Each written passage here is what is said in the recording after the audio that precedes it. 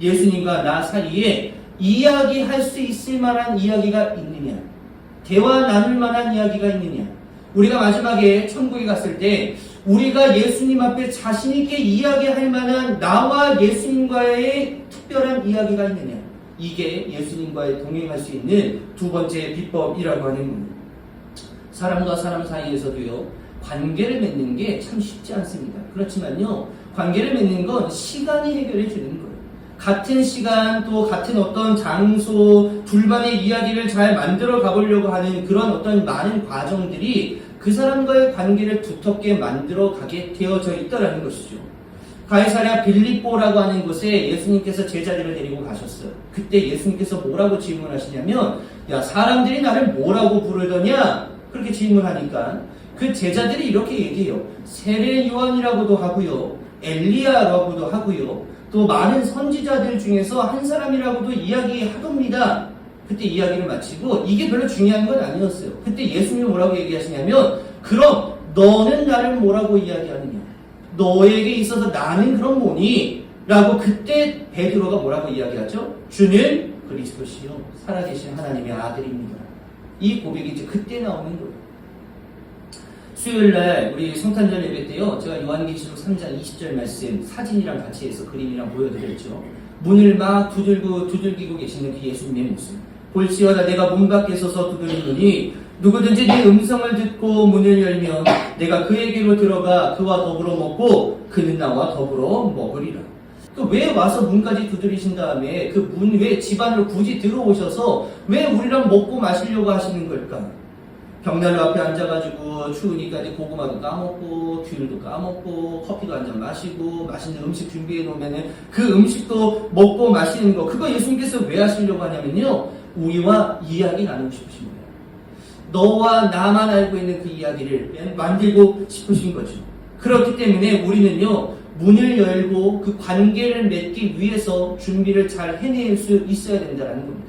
여러분들 마음문을 열 수 있게 되시는 우리 귀한 성도님들 되시기를 예수 이름으로 간절히 축복합니다. 이게 열려야만 예수님께서 오실 수 있다는 거예요. 세례 요한의 제자가 이제 그 따라다니고 있었을 때에 세례 요한이 저쪽에서 예수님의 오심을 이제 보게 되는 거잖아요. 그때 예수님의 오심을 보고 오늘 본문 말씀에 이렇게 고백하네요. 36절에 예수께서 건의심을 보고 말하되 보라 하나님의 어린 양이로다. 지금 이 이야기를 제자들에게 한 거예요. 그러니까 이 제자들이 그 이야기를 듣게 된 겁니다. 그러니까 세례 요한이 이야기를 듣게 된 거예요. 아, 저분이 하나님의 어린 양이시구나. 야, 저분이 메시아구나. 저분이 그리스도구나. 저분이 우리를 구원하려고 오신 분이시구나. 라고 하는 것으로 그냥 끝냈다면 관계는 더 이상 진전될 수 없었을 겁니다. 두 제자가 그의 말을 듣고, 이 그의 말을 듣고라는 누구의 말을 들었다는 거예요? 세례 요한의 말을 들었다는 거죠. 그 선생님이었던 세례 요한의 말을 듣고 예수를 어떻게 했다? 따랐다. 38절. 예수께서 돌이켜 그 따르는 것을 보시고 물어 이르시되 무엇을 구하느냐? 이르되 랍비여 어디 계시오니까? 라고 질문을 하는 거예요. 여러분, 이거 좀 생뚱맞다고 생각하지 않으세요? 예수님께서 뭘 원하니? 라고 이야기했는데 지금 이 영어 성경에도 뭐라고 되어 있냐면 What do you want? 그러니까 너 원하는 게 뭐야? 라고 그렇게 기록이 되어 있는데 제자들이 뭐라고 이야기하냐면 Where are you staying? 이렇게요. 그러니까 어디 묵고 계세요? 라고 이 답을 물어봤다는 얘기인 거예요. 저는 이게 굉장히 중요하다고 봐요. 누군가로부터 복음을 전해 들었어요. 여러분들도 누군가로부터 복음을 전해 드리는 거 아니겠어요? 가족이 되었든지 간에 길에서 전도하는 누군가의 그 전도지를 통해서라든지 아니면 친구를 통해서라든지 누군가로부터 다 복음을 전해 들으신 거예요. 근데 왜 여러분들이 이 자리 가운데 나와 있는 거냐면 복음을 듣고 오지 않은 사람도 많지만 복음을 듣고 내가 이렇게 살아가야 되겠다. 예수가 누구야? 야, 하나님이 누구야? 교회라는 것은 어떤 것이야? 구원은 뭐고? 죄라고 하는 건 뭐고? 예수 그리스도가 부활하셨다는 건 뭘까? 라고 하는 이런 궁금증에서부터 이제 시작이 되어서 나도 누군가의 들은 말씀을 가지고 그냥 그걸로 끝내는 게 아니라 나도 가서 한번 해봐야지. 나도 예수를 믿어봐야지. 나도 하나님을 좀 따라가 봐야지. 나도 성경도 나도 한번 봐야지. 라고 하는 여러 가지 일들을 통해서 교회를 이제 찾아 나온 거예요. 그리고 알아가다 보니까 자꾸 궁금하고 말씀을 보는데 이것도 궁금하고, 찬양을 하는데 야, 이 찬양은 뭘까 하면서 궁금하기도 하고, 그러면서 시간을 조금씩 늘려나가는 과정, 이게 믿음이 자라나는 과정이라고 하는 거예요. 그때 나와 예수님 사이에 이야기가 시작될 수 있다는 겁니다. 이 자리까지 나오실 수 있도록 여러분들이 힘쓸 수 있게 되시는 우리 귀한 성도님들 되시기를 예수의 이름으로 간절히 축복합니다. 예전에는요, 오로지 성공, 돈 이런 거에만 혈안이 되어서 이런 거에만 꽂혀 있었는데, 야, 나 이제는 예수 그리스도를 좀 알고 싶다.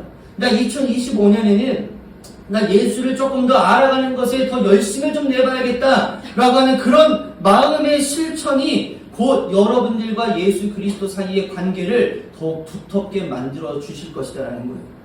관계는요, 가만히 있는다고 맺어지는 거 맞나요? 아닌 거예요. 오늘 39절 말씀 너무 중요한 말씀이 있어요. 39절 말씀입니다. 예수께서 이르시되 와서 보라는 거예요. 이게 너무 중요한 말씀입니다. 와서 보라. 이게 되지 않으면요, 아무것도 진전될 수가 없다라는 얘기인 거예요. 와서 보라는 얘기가 뭐 하자는 거예요? 우리 티타임 좀 갖자. 우리 밥 좀 같이 먹자. 우리 여기 좀 가보자. 우리 이런 이야기도 좀 나눠보자. 그렇게 이야기를 나누는 겁니다. 남의 이야기로만 들었었던 예수가 나의 이야기가 되어지는 과정. 그 과정이 있어야 동행이 가능하다라고 하는 것을 잊지 않게 되시는 여러분들 되시기를 간절히 바랍니다. 그런데 의문이 있어요. 무슨 의문이냐면 마치 하나님이 제 삶에는 임재하지 않으시는 것 같은 느낌이 있다는 거죠. 다른 사람들은 다 은혜 받고 다른 사람들은 다 열심히 하고 하나님 앞에 은혜 많이 받아가지고 막 복된 것 같고 막 그런데 왜 나한테는 유독 나에게만 피해 가시는 걸까? 왜 하나님의 열심, 하나님의 일하심이 나에게 느껴지지가 않을까? 너무나도 간단한 문제예요. 알려고 하지를 않는 거예요. 알고 싶지가 않은 거예요. 하나님이 궁금하지가 않는 거예요. 내 인생에 하나님은요, 그리 중요한 게 아닌 거예요. 하나님의 열심이고 나발이고 지금 내 삶이 지금 너무 척박하고 지금 힘들어가지고요, 그거 찾아볼 겨를이 없는 거예요. 지금요, 하나님과 나와의 그런 스토리보다 더 중요한 게 뭐냐면 내 인생의 스토리가 훨씬 더 중요한 거죠. 나 당장 먹고 살아야 되고, 나 당장 성공해야 되고, 나 당장 승진해야 되고, 이러한 것들만 쳐다보다 보니까 내 스토리만 만들어갈 줄 알았지 하나님과의 스토리를 만들어갈 줄 알았겠냐는 거예요. 알려고 하지를 않는다는 겁니다. 두 번째, 영적으로 둔해져 있어서 하나님과의 동행을 깨닫지를 못하고 있다는 거예요. 마치 엠마오로 가는 두 제자에게 예수님이 계속 동행하고 있었음에도 불구하고 몰랐던 것처럼 영적으로 둔해져 있는 모습이 과연 우리의 모습이 아닐까라고 하는 것도 생각해 볼 수 있어야 된다는 거죠. 하나님께서는요, 정말 우리가 눈치를 못 채는 게 이상할 정도로 어마어마한 기적을 만약에 보여주신다라고 한다면 우리는 그때는 느낄 수 있을 거예요. 와, 이건 진짜 하나님의 은혜였구나. 야, 이건 진짜 하나님의 놀라운 일이었구나. 그래서 우리가 이 매 순간순간 우리의 삶을 인도하시고 곁에서 우리가 넘어지지 않도록, 쓰러지지 않도록 보호하고 계시다라고 하는 것을 우리가 영적으로 깨어서 그 하나님의 손길의 은혜를 우리가 느낄 수 있어야 되는데, 이거 어떻게 느끼는 거예요? 어렵지 않아요. 기도하시기를 예수의 이름으로 간절히 축복합니다. 예배의 자리를 사모할 수 있게 되시기를 간절히 축복합니다. 기도하며 하나님을 찬양하고 하나님을 찬양하는 가운데 여러분들을 만나주셨을 때에 그것을 입술로 고백할 수 있게 되시는 여러분들 되시기를 간절히 바랍니다. 하나님께서 기뻐하시는 일들을 여러분들이 하나하나씩 해나가다 보면요, 아, 이게 하나님의 은혜였구나. 야, 이거 하나님께서 이렇게 나에게 허락해 주신 거구나. 이게 감사할 일이구나. 이게 복이구나. 이게 은총이구나. 고백하지 말라고 해도 여러분들 입술에서 고백이 튀어져 나올 수밖에 없는 거예요. 그 말하기는 나만의 스토리 만들어갈 수 있게 되시는 여러분들 되시기를 예수의 이름으로 간절히 축복합니다. 이거 너무 중요한 거예요. 제가 여기서 떠드는 그런 설교 말씀 말고 여러분들이 고백하시는 여러분들의 하나님 다 계신 줄로 믿기를 축복합니다. 그 예수 그리스도가 여러분들 삶 가운데 있다면 놓치지 말게 되시기를 간절히 바라고요. 관계를 계속 쌓아갈 수 있도록, 많은 스토리를 만들어갈 수 있도록 여러분들이 애쓸 수 있게 되시기를 간절히 바랍니다. 왜냐하면 관계는요, 두터울수록 끊어지지 않는 거예요. 시간을 많이 들인 사람들일수록, 관계를 많이 쌓은 사람들일수록, 많은 것을 공유한 사람일수록 그 둘의 관계는요 결국 끊어지지 않을 수 있다는 거예요. 하나님과의 관계가 여러분들 썩은 동아줄처럼 언제 끊어져도 이상하지 않을 만큼 그러한 인생이 되는 게 아니라 굵은 동아줄로 하나님과의 관계가 잘 맺어져 있어서 그 동아줄 여러분들 붙잡고 예수 그리스도와 동행할 수 있게 되시는 우리 귀한 성도님들 되시기를 예수의 이름으로 간절히 축복합니다.